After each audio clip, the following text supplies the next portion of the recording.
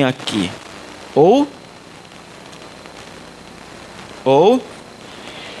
Hinene ou Inene, tá bom? Acrescentou Deus: toma teu filho, teu único filho Isaque, a quem amas, e vai à terra de Moriá. Oferece-o ali em holocausto sobre um dos montes, e que eu te mostrarei. Deus falou o monte para ele? Deus falou o monte? Não, ele disse: vá para Moriá e eu te mostro o monte. Agora, olha só, vai no capítulo 4, verso 4. Ao terceiro dia, erguendo Abraão os olhos, viu o lugar de longe. Eu esqueci de falar para as crianças ir para a escolinha, né? Vai lá as crianças, eu esqueci de liberar as crianças. Agora que eu olhei aqui as crianças. Aleluia. Diga assim: ao terceiro dia.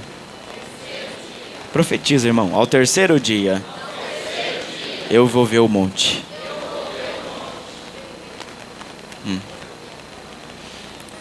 Segura a Bíblia aberta e me escute um pouquinho.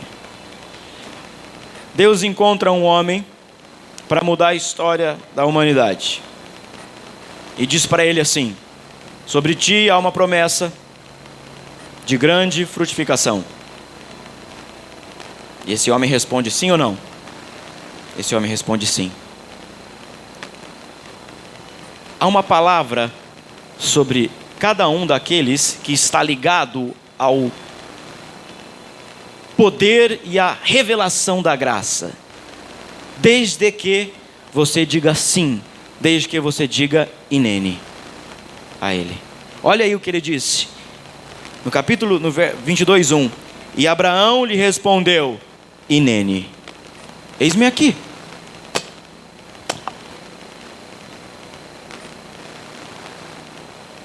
Você já respondeu sim para Deus ou ficou com medo? Hein, irmão? Toda vez, preste bem atenção no que eu vou dizer, toda vez que você coloca qualquer empecilho, seja físico, financeiro, emocional, ministerial, toda vez que você coloca qualquer empecilho sobre uma proposta de Deus, você está dizendo não para Deus. Ah, mas é muito difícil ir lá. Você está dizendo não para Deus. Ah, mas é muito penoso fazer isso, mas é muito custoso, me cansa, eu não aguento mais. Se Deus te chamou, faça. Porque se Ele te chamou, como chamou este homem, lá no início, faça. Porque tem uma resposta para você do próprio Deus. Só que nós procuramos o quê?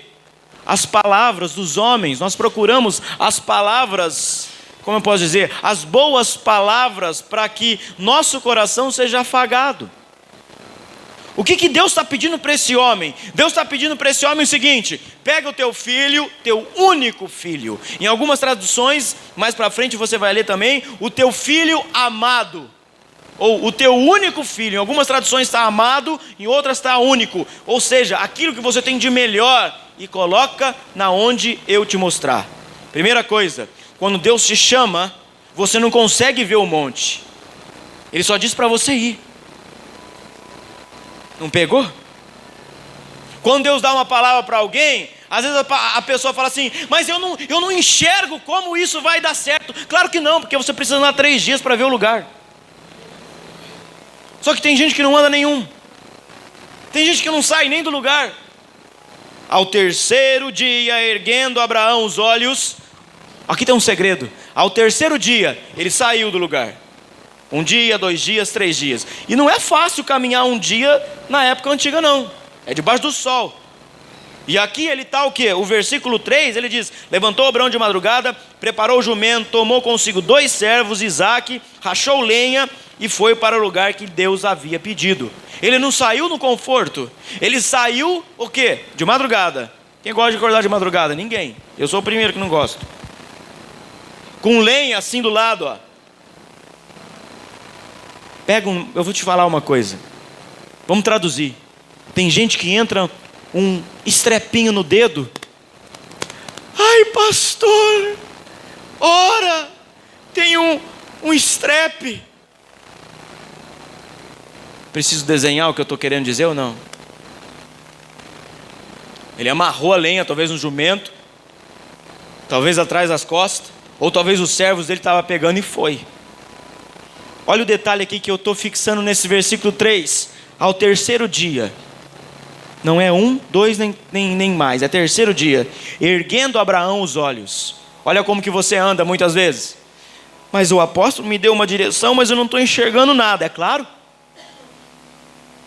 Você quer que eu vou colocar a mão no seu queixinho e fazer você andar assim?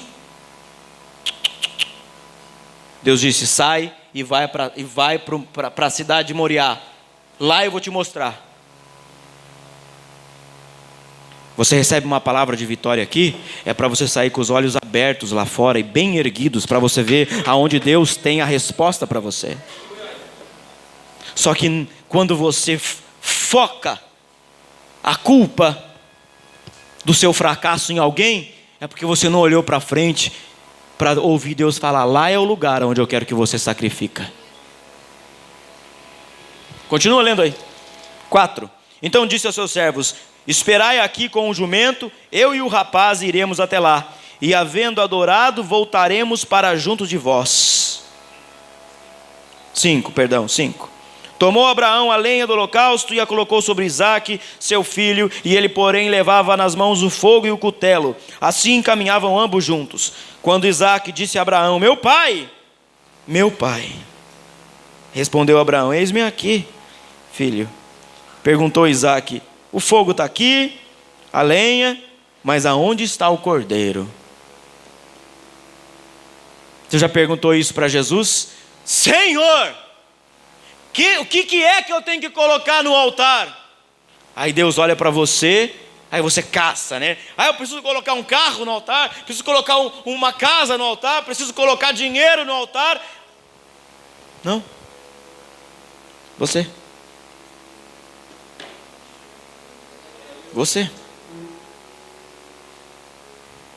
Eu não. É você. Teu filho. Aquilo que eu te dei. E se Deus pedir aquilo que Deus te deu? Você veio aqui, testemunhou, Deus me deu a vitória. E Deus vai pedir, me dá de volta. Não, né, Senhor? Vou ficar mal na fita. Testemunhei.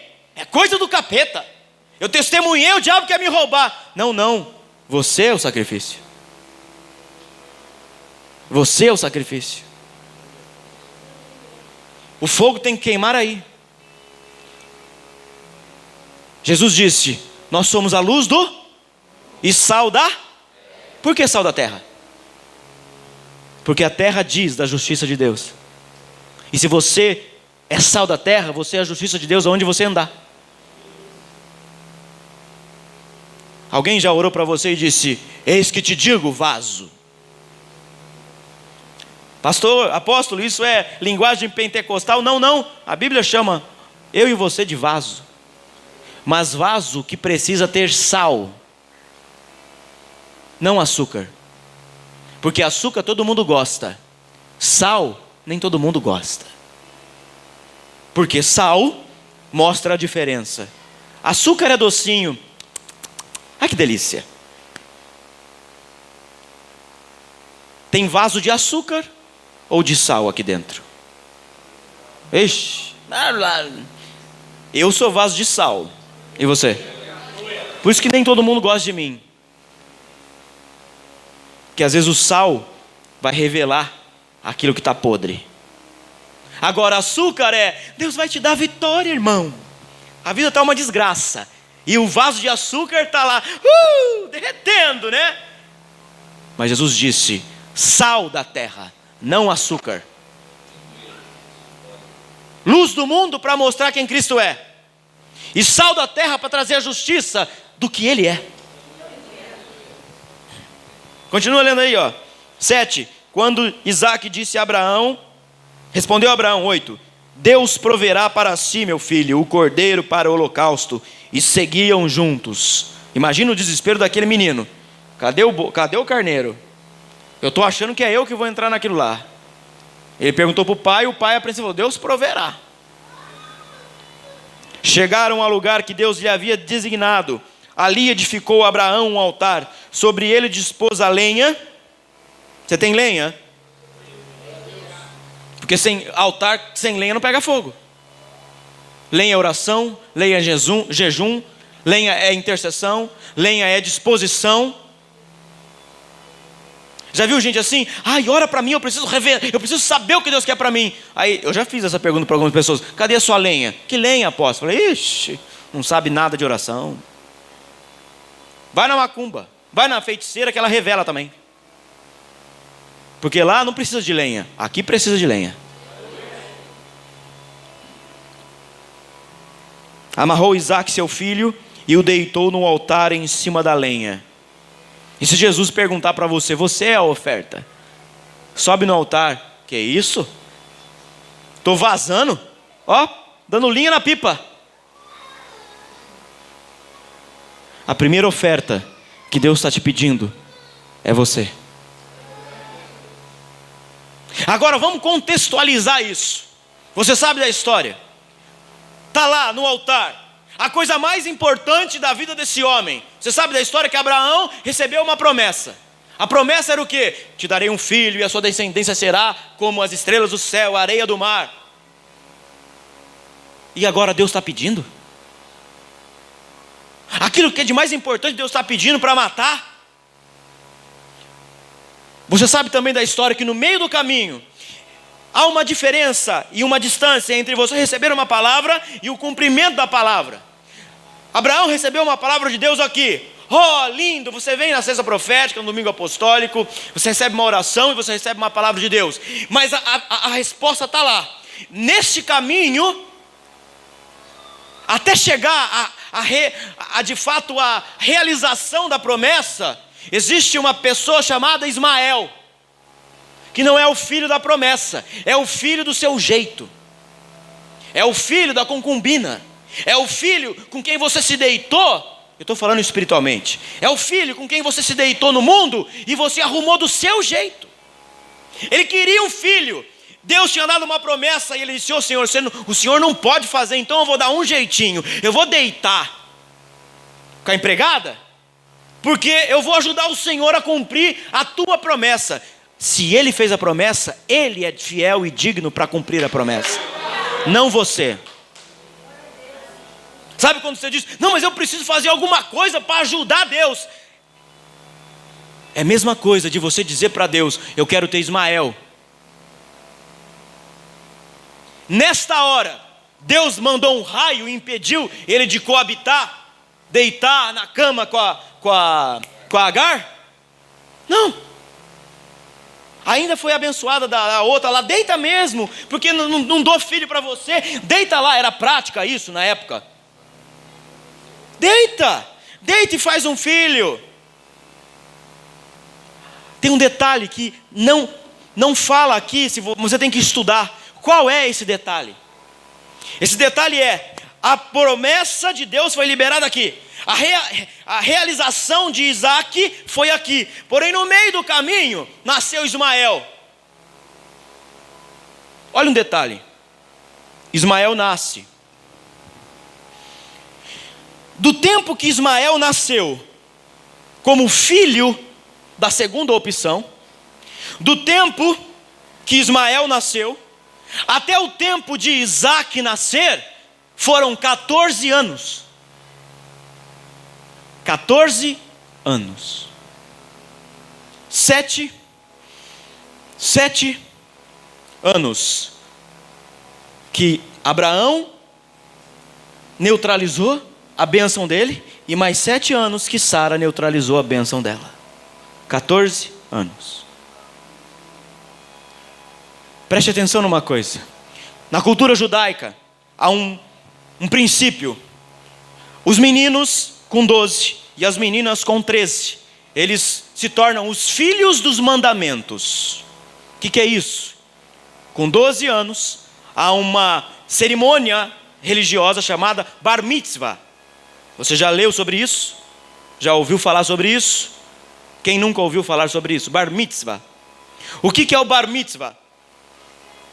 O menino com 12 anos e a menina com 13 tem que passar agora por um concílio espiritual e tem que ali mostrar que sabe toda a Torá, os 5 livros iniciais da Bíblia nossa, que é a Torá, a Bíblia do judeu.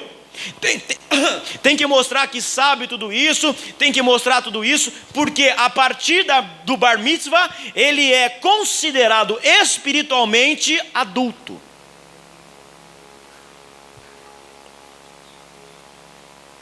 E agora, essa pessoa que é considerada espiritualmente adulto, tem o poder de estar em um concílio judaico, porque o judeu não faz nada, não decreta nada, se não tiver 10 pessoas dentro de uma sinagoga. O que é isso, apóstolo? Se você dar um jeitinho para nascer Ismael, você vai ter que esperar alguém ficar adulto para a promessa vir. Por quê? Porque Deus respeita mais do que nós o respeitamos. Deus olha, a Bíblia não fala isso, mas Deus olha e diz: Abraão, nasceu Ismael? Pois agora você vai cuidar dessa criança até ele ser espiritualmente responsável, e só depois disso eu vou te trazer Isaac. Uau! Doeu, não doeu? Sabe por que talvez o seu milagre não chegou? Porque você colocou a mão e nasceu Ismael primeiro. E agora você vai ter que cuidar de Ismael. Você vai ter que esperar esse Ismael ficar adulto espiritualmente, para depois Deus te dar o teu milagre e a promessa verdadeira. Depois de 14 anos, estuda a história, não está aqui, mas estuda a história. Depois de 14 anos, ou seja, aquilo que nós arrumamos com a nossa mão, nós daremos conta a Deus até aquilo crescer. Quem é Ismael? É o povo árabe. É um povo gigante ou não é? É ou não é? Quem recebeu, quem é pai de Ismael? Abraão. Quem recebeu a promessa de o pai de multidões? Abraão. Mas por que Deus abençoou Ismael e se tornou também Ismael próspero, já que ele era um filho não da promessa? Por quê?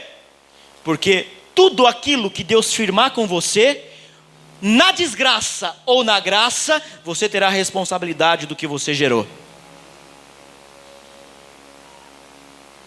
Foi um filho fora da promessa? Foi, mas Deus não o matou.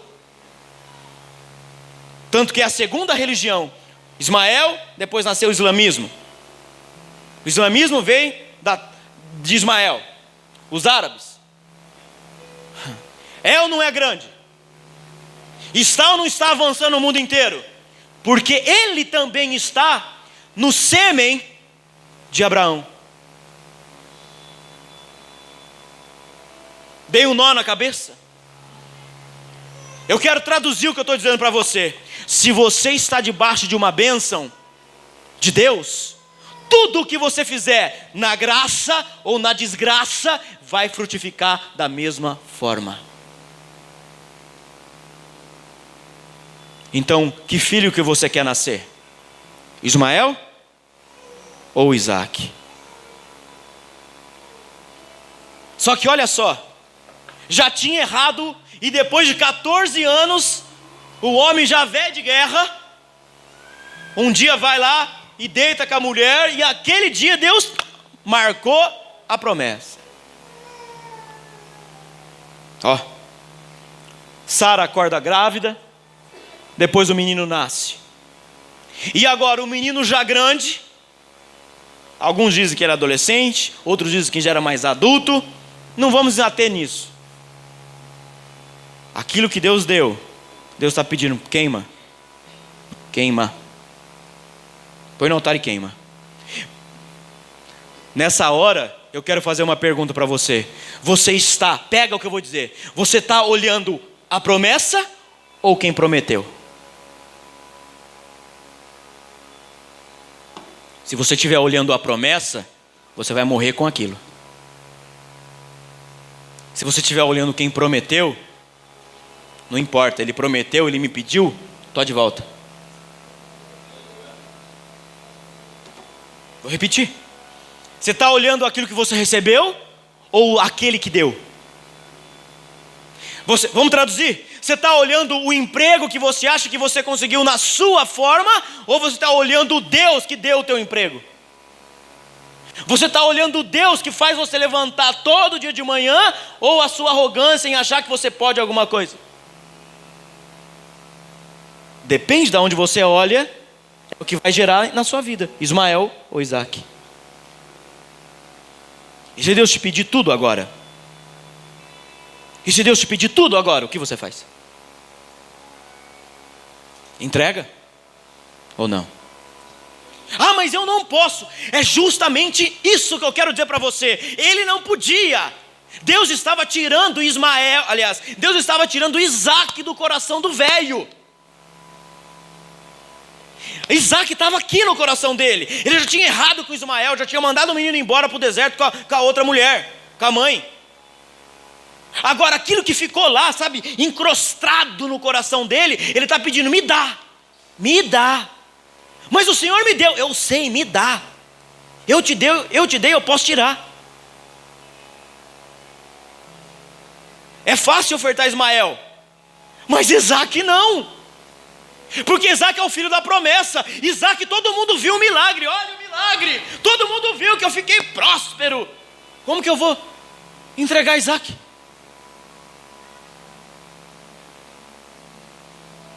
Não dá ou não dá um nó na cabeça da gente?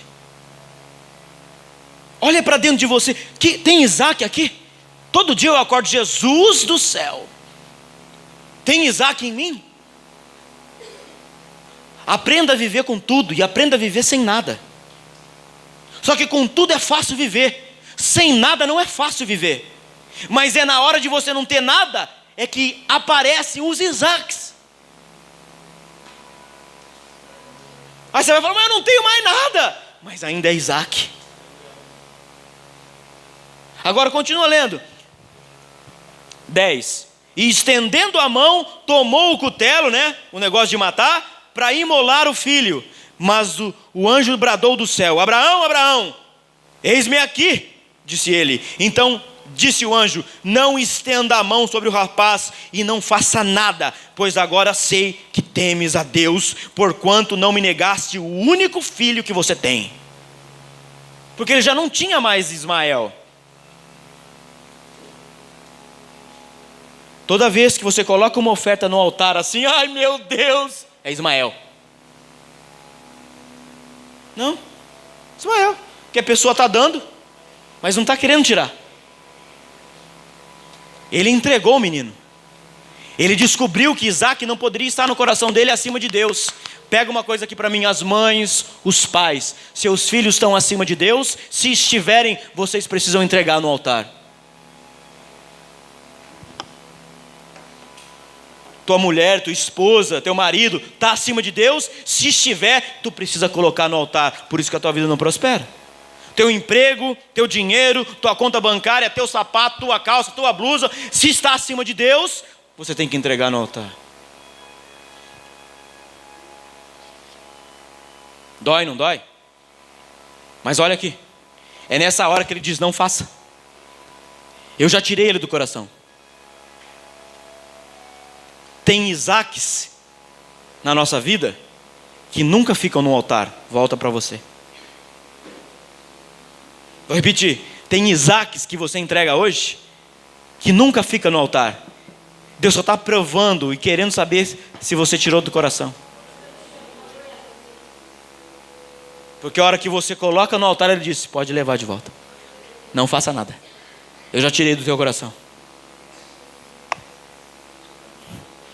Tirar não é abandonar, é reconhecer que Deus é o dono. Vou repetir, tirar não é abandonar, é reconhecer que Deus é o dono. Tendo Abraão, 13, tendo Abraão erguido os olhos, viu atrás de si um carneiro. Lembra que ele havia profetizado lá, antes de subir o monte? Deus, o que ele disse? Deus?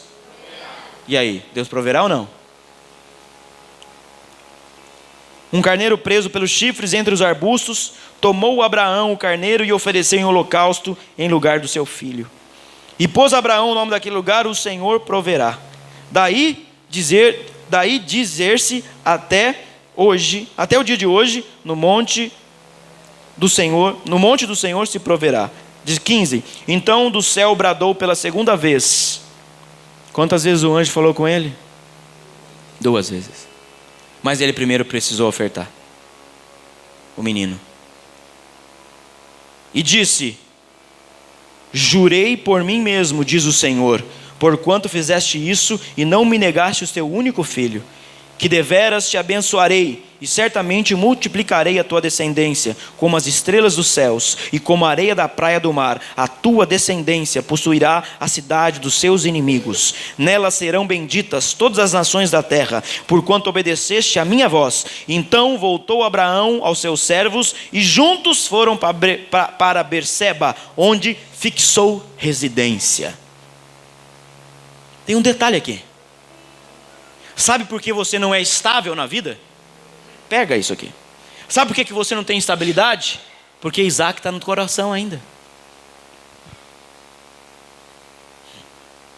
Sabe por que você não é estável espiritualmente? Sabe por que você não é estável financeiramente? Sabe por que você não é estável emocionalmente? Sabe por que você não é estável ministerialmente? Ainda porque tem Isaac dividindo o lugar de Deus. O dia que ele ofertou, ele recebeu a palavra: te abençoarei e a sua descendência possuirá a cidade dos seus inimigos. E ele voltou e fixou residência. O que é isso? Ficou estável. Já viu pessoas que é como a onda do mar? Bate um vento, ai meu Deus, bate outro vento, piorou. Essas pessoas nunca foram estáveis, porque elas ainda têm Isaques aqui. O que é mais importante? O teu marido achar alguma coisa ou você cumprir a ordem de Deus? O que é mais importante? Tua mulher achar alguma coisa ou você cumprir a ordem de Deus? O que é mais importante? Teu filho, parente? Porque tem as pessoas que se preocupam com o sogro, com a sogra. Ai, o que a mulher da outra vai... O que a mãe da outra vai pensar? Que se exploda. Com todo respeito. Deus deu uma direção para o homem. Ele disse para a mulher: eu vou levar o menino. Você acha que a outra não ficou? Meu Deus, o que ele vai fazer com o menino? Eu vi ele saindo, era prática, sabia quando ia oferecer. Está levando lenha, está levando 2 servos, está pegando um jumento, mas cadê o carneiro? Aí a mãe olha e fala: ele vai matar o menino. Se é umas hoje, isso não é direta para ninguém, viu? Se é umas hoje, o que ela vai chegar? Não faz isso. É ou não é? Por isso que a Bíblia fala: a mulher sábia edifica a tua casa. Se é uns cavalos, cala a boca, mulher. Eu sei o que eu faço, eu mando aqui. Você nunca mandou na tua casa então, nem na tua vida. Tô ou não estou falando certo, pastor de casais?